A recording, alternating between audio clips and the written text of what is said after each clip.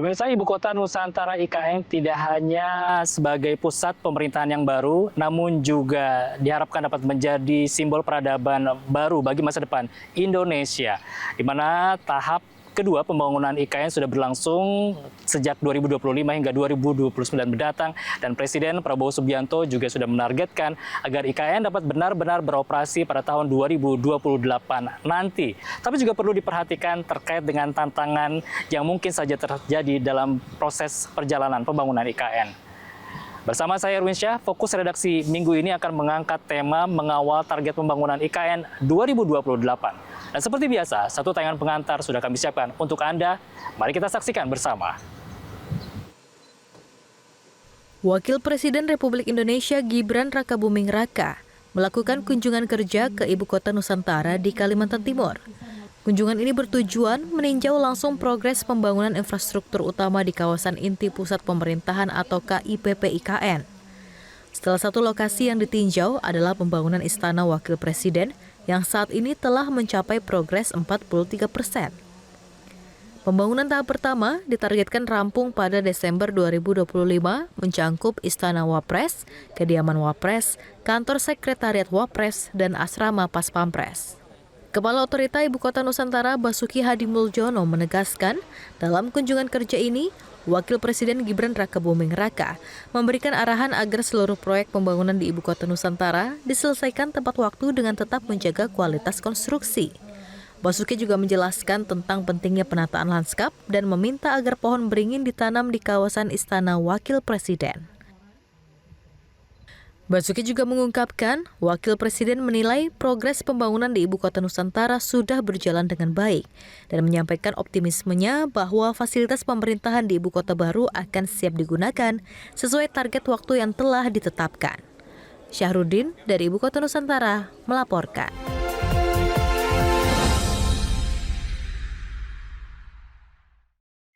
Ya pemirsa, fokus redaksi baru saja kita saksikan bersama tayangan pengantar untuk fokus redaksi minggu ini dengan tema mengawal pembangunan IKN menuju tahun 2028. Dan bersama saya saat ini sudah hadir Kepala Otorita IKN, yaitu Bapak Basuki Hadi Mulyono. Selamat siang, apa kabar Bapak? Terima kasih, selamat siang. Ya. Baik, sehat. Sehat selalu, terima kasih. Udaranya bersih. Udaranya bersih. Sehat. Dan betah begitu Pak ya? Oh iya. Tinggal di IKN. Iya. Baik, Pak Kepala mungkin bisa disampaikan sejauh mana progres dari pembangunan IKN hingga saat ini? Oke, pembangunan IKN sesuai dengan Perpres 63 dulu dibagi menjadi 5 tahapan dari 2022 sampai 2045. Tahap pertama ini yang kemarin dari 2022 sampai 2024 yang pada dasarnya membangun infrastruktur dasar, karena pada saat itu nggak ada apa-apa, hutan HTI, eukaliptus, kita bangun setelah sayembara dengan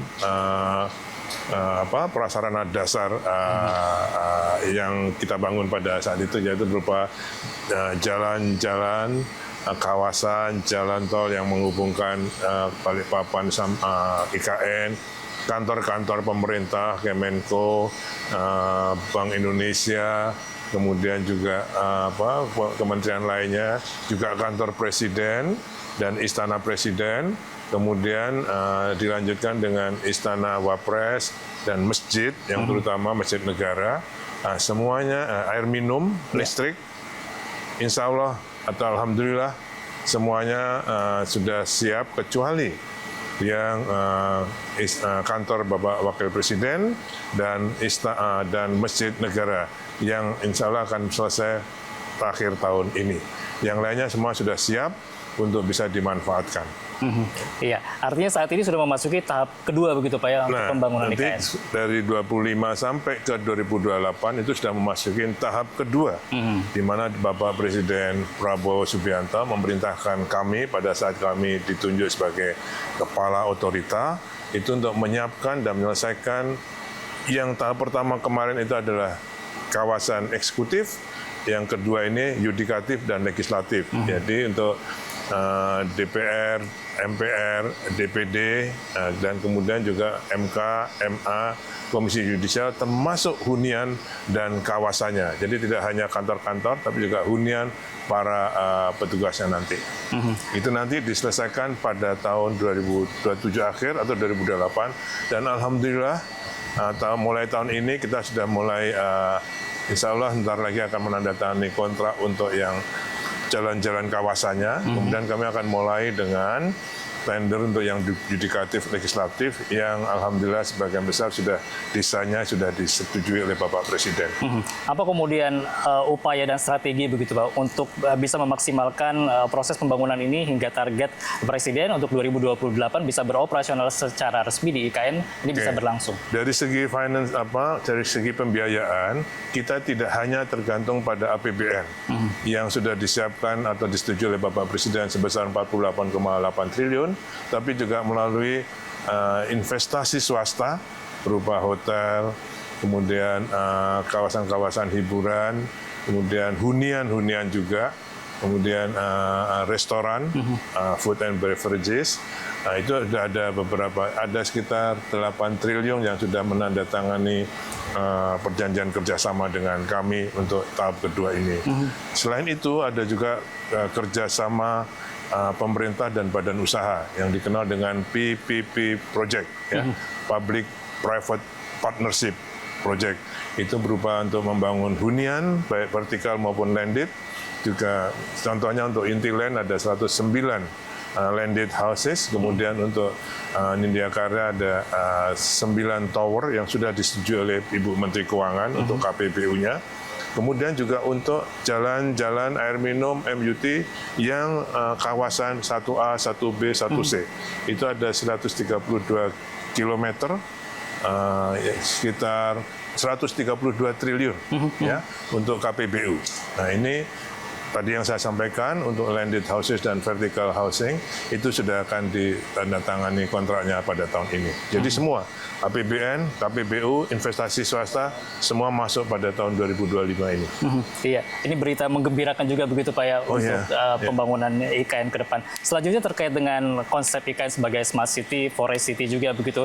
Artinya memang sustainability itu menjadi hal yang penting juga dalam pengelolaan dan pembangunan IKN. Seperti apa Bapak melihat pembangunan ini tetap menjaga ekosistem yang ada di sekitar IKN? Yang lebih juga sebelum jawab itu lebih menggembirakan lagi ada bidang-bidang pendidikan yang menjadi, kalau kita pengalaman dengan BSD, dengan Putrajaya, itu semua crowd kota itu akan hidup kalau ada pendidikan, ada sekolah.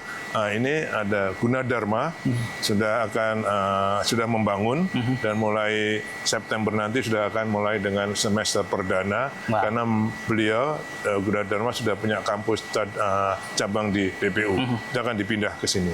Saya sudah hubungan dengan LPDP untuk bisa memberikan beasiswa S2 bagi ASN OIKN untuk bersekolah di Gunadarma sehingga tetap di IKN.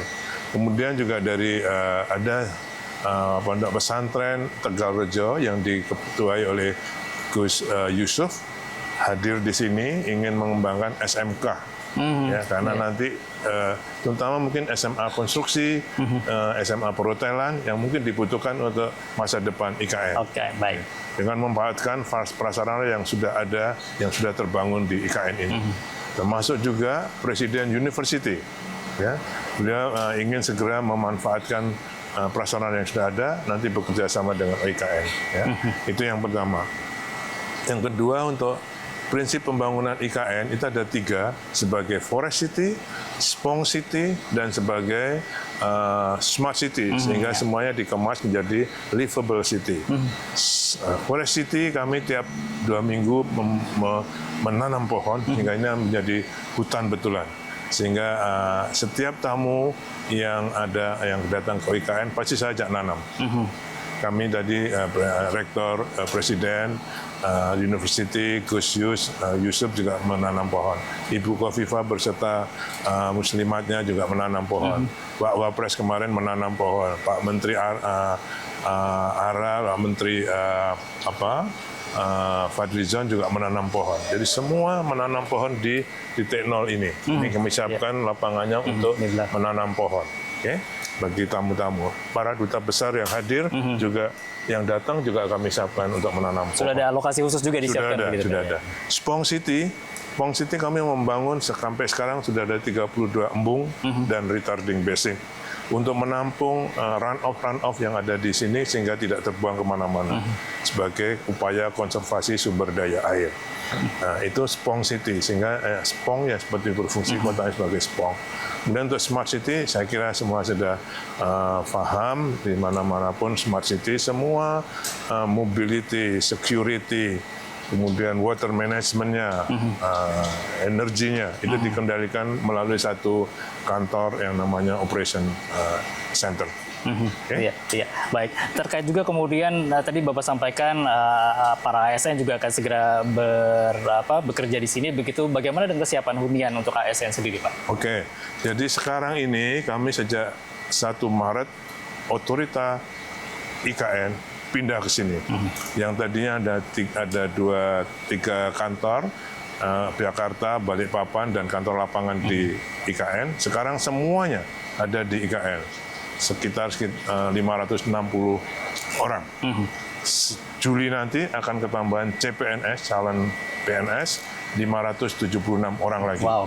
Ya? Ya. Jadi kami juga sudah berkoordinasi dengan Kementerian Perumahan yang dulu bertanggung jawab untuk menangani membangun rusun yang sudah ada sekitar 47 rusun, sebagian yang sudah siap sudah kami mohon untuk bisa dapat kami tempati. Kami butuh sekitar 6 tower untuk mengakomodasi sekitar 1.000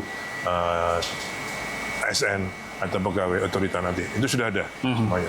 Kantor kami juga nanti sebagian di kantor pusat ini, yang lain ada di kantor lapangan karena kami sudah ada pekerjaan-pekerjaan lapangan. Iya, baik. Terkait juga dengan masalah lingkungan hidup begitu Pak, ini juga menjadi concern dan juga perhatian bagi semua pihak. Bagaimana kemudian OIKN membangun atau melaksanakan pembangunan IKN ini tapi tetap memperhatikan keberadaan dan keberlangsungan ekosistem lingkungan hidup yang ada di sekitar IKN. Sejak awal kami membangun IKN, 3 hal. 1, kualitas. 2, estetika. 3, keberlanjutan lingkungan. Sehingga tadinya ini adalah hutan monoculture, HTI. Ya. Sekarang kita dalam menebang pohon HTI pun kita hati-hati dan hanya pada tapak-tapak bangunan yang kita tebang. Kita lihat masih ada sisa-sisa hutan pinus, ada eukaliptus. Itu masih kita pertahankan. Kecuali kalau nanti dipakai untuk kita mempunyai kriteria 70-30. Jadi 70 tetap dipertahankan, yang terbangun hanya 30% dari kawasan tersebut. Nah, ini tetap kita pertahankan melalui RDTR yang ada. Jadi kemudian tadi untuk yang embung-embung, sejak pelaksanaan tidak ada run-off berkeliaran atau liar kemana-mana, pasti kita tampung.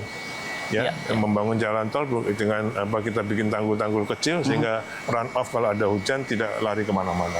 Jadi tetap kita pertahankan lingkungan tersebut. Anda lihat sekarang ya air quality index-nya pasti di bawah 20. Saya merasa artinya ini sangat bersih, sangat bagus. Saya selama 2 bulan di sini saya merasakan saya nggak lebih sehat. Saya ada di IKN ini. Ini perlu dicatat untuk semuanya. Saya kira itu yang penting. Selama 2 bulan ini saya tinggal di IKN, saya merasakan saya lebih sehat daripada sebelumnya. Ya, seperti Pak Kepala sampaikan ini, livable city sampai sekarang pun juga sudah terbukti begitu yang dirasakan langsung oleh Pak Kepala Otorita IKN. Kemudian terkait juga dengan dampak sosial begitu Pak terhadap pembangunan IKN, bagaimana Bapak melihat dan meminimalkan dampak sosial negatif dari pembangunan IKN ini, termasuk juga keterlibatan masyarakat, Sepaku khususnya dan PPU dan juga Kutai Kartanegara di sekitar IKN saat ini. Selama pembangunan baik jalan tol maupun pembangunan di dalam KIPP ini, alhamdulillah ya, tidak ada konflik dengan penduduk lokal yang sangat berarti. Ya. pernak-pernik pasti ada. Ya. Ya. Saya sendiri mengalami rumah saya di Bekasi digusur. Itu saya merasakan bagaimana susahnya tercerabut dari akar budaya kita. Jadi memang saya tangani dengan lebih hati-hati karena dan alhamdulillah semua bisa kita atasi dengan baik. Contoh misalnya dulu di kawasan hutan, kalau ada masyarakat yang tinggal itu kita nggak boleh ganti rugi. Tapi dengan terobosan pemerintah dengan adanya Perpres 75 kalau nggak keliru, masyarakat yang tinggal di kawasan hutan bisa diganti rugi atau nama sekarang diganti untung. Jadi semua happy. Ya. Ya, tidak direlokasi, tapi lebih memilih semua menyatakan kirim surat langsung ke saya lebih baik dibayar kontan. Jadi kami lakukan itu dan semua sudah selesai.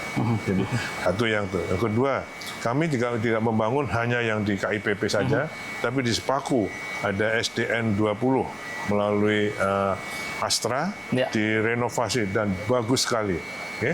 Yang kemudian Kecamatan Sepaku akan kita tata dan caranya pun bukan kami yang mendesain, tapi kami diskusikan 5 kali dengan masyarakat. Keinginannya apa? Dari situ baru kita desain. Mendengar aspirasi mereka. Dulu baru kita desain. Dan alhamdulillah sekarang sudah kita tenderkan untuk dikontrakan dan kita laksanakan. Sehingga nanti pada saatnya tidak hanya IKN saja yang dibangun, tapi juga sekitarannya. Okay? Yang ketiga, Pak Gubernur juga minta kalau selama ini kita konektivitas ke timur, Samarinda, Balikpapan, Tenggarong, ya. Sekarang beliau minta ke barat. Jadi dari Sotek sampai ke Kubar. Kutai Barat ya. Kutai Barat itu akan kita tangani sehingga ada konektivitas antara Kubar dengan IKN. Apalagi nanti kalau bandara IKN dioperasionalkan. Baik, selanjutnya koordinasi dengan kementerian dan lembaga terkait begitu Pak dalam proses pembangunan IKN ini. Mungkin Bapak bisa sampaikan sejauh ini. Dalam tahap kedua ini ada 3 kementerian atau lembaga yang menangani ini. Jalan tol, Istana Wapres, masjid, kemudian jalan-jalan lingkungan yang belum selesai terus dilanjutkan oleh Kementerian Pekerjaan Umum, ya melalui DIPA Kementerian Pekerjaan Umum. Rumah susun yang masih tinggal penyelesaian, kemudian ada 4 lagi yang akan dibangun, termasuk ini yang menggembirakan. Jadi Kementerian Perumahan dan Kawasan Permukiman oleh Bapak Menteri Marwarar Sirait akan dibangun juga rusun untuk rakyat, bukan hanya untuk ASN dan TNI Polri, tapi juga rusun untuk rakyat. Ini saya kira hal yang terobosan dari Pak Menteri Ara yang sangat bagus, sehingga IKN ini memang untuk semuanya. Nah, itu dilakukan oleh Kementerian Perumahan dan Kawasan Pemukiman. Sedangkan hal yang baru sama sekali ditugaskan pada otorita. Jadi minta yudikatif legislatif yang karena baru tendernya dilakukan oleh oleh otorita. Jadi ada 3 itu. Selanjutnya untuk energi kita berkoordinasi dengan ESDM. Ya, jadi tetap saya dengan Pak Bahlil. Kemudian untuk kawasan-kawasan hutan kami bekerjasama dengan Menteri Kehutanan Pak Raja yang alhamdulillah beliau dulu juga wakil kepala OIKN, jadi nggak ada masalah. Dan lain-lainnya untuk persiapan Pemdasus kami bekerja sama dengan Depdagri. Jadi semua kita lakukan koordinasi dengan baik. Untuk investasi saya berkoordinasi dengan Menteri Investasi. Jadi semua kita lakukan. Apapun, kalau dulu saya menteri, sekarang saya jadi marketing. Sehingga saya lakukan apa semuanya untuk bisa melayani tidak hanya investasi tapi juga kementerian dan lembaga agar IKN ini bisa berjalan lebih cepat. Sekali lagi, saya sebagai Kepala Otorita merangkap sebagai marketing. Ya, berbicara mengenai marketing dan juga investasi ini kan menjadi penting begitu Pak. Bagaimana kemudian upaya dari OIKN sendiri untuk bisa merangkul sebanyak-banyaknya investor dalam negeri maupun juga luar negeri agar dapat berkontribusi dalam proses pembangunan IKN. Apa upaya ke arah sana? Pertama, saya pindah kantornya di sini. Karena ini menentukan keyakinan orang bahwa otorita IKN berlanjut dan dilanjutkan untuk dipercepat. Ini sangat berdampak positif pada IKN. Yang kedua, pelayanannya. Jadi kalau ada yang ditanyakan insentif-insentif, itu nomor 2. Yang pertama adalah pelayanannya untuk investor masuk ke sini. Kalau awal-awal sudah susah, pasti mereka nggak ngelihat lagi insentif. Iya. Jadi pertama yang saya pelajari adalah pelayanan. Jadi kalau ada LOI, seminggu harus sudah dijawab. Yes or no. Kalau yes, langsung di proses selanjutnya. Kalau no, apa yang harus dilengkapi. Jadi mereka tidak dibiarkan. Kemudian ada yang menangani khusus untuk masing-masing investasi itu. Jadi saya kira dua hal itu. Yang lainnya saya kira kemudahan berusaha. Ya, jadi kemudahan berusaha is a must. Okay. Iya, baik. Ini salah satunya dibuktikan tadi dengan OIKN beroperasi di IKN ini menjadi salah satu meningkatkan kepercayaan juga dari pihak asing, Pak ya. Dengan kepindahan kami di sini, para investor datang. Nah, itu dia. Langsung dirasakan begitu manfaatnya. Iya. Pak, ya? Ya, kalau dulu Jakarta kan cuma koordinasi dah, kita nggak lihat. Tapi di sini mereka langsung lihat. Oh, ternyata sudah berkembang. Banyak sekali yang misalnya berita-berita di medsos, ini perlu juga kami sampaikan. Karena beliau belum pernah melihat kondisinya. Jadi seperti halnya seeing is believing adalah benar. Karena begitu melihat apa yang sudah ada di IKN, langsung percaya begitu, berubah, Pak, ya? persepsinya. Ya. Contoh yang terakhir, IKN banjir. Apanya yang banjir? Kita ini di ketinggian plus 85 meter, ya, di atas muka laut. Ya, jadi saya kira kalau ada yang menyampaikan itu dampak dari kemajuan teknologi, saya kira. Iya, IKN juga aman-aman saja dan tidak ada banjir begitu, Pak. Tidak ada itu. Baik, ini terakhir mungkin yang Bapak ingin sampaikan target dan upaya dan juga mungkin informasi kepada masyarakat dukungannya terhadap pembangunan IKN seperti apa? Ya, saya kira dengan kami, kita semua, saya kira kepindahan atau pembangunan IKN ini sudah menjadi kesepakatan kita bersama karena melalui undang-undang.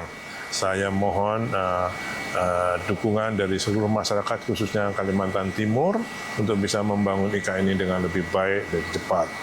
Tidak ada kata lain bagi kami karena kami membangun ini dengan niat baik.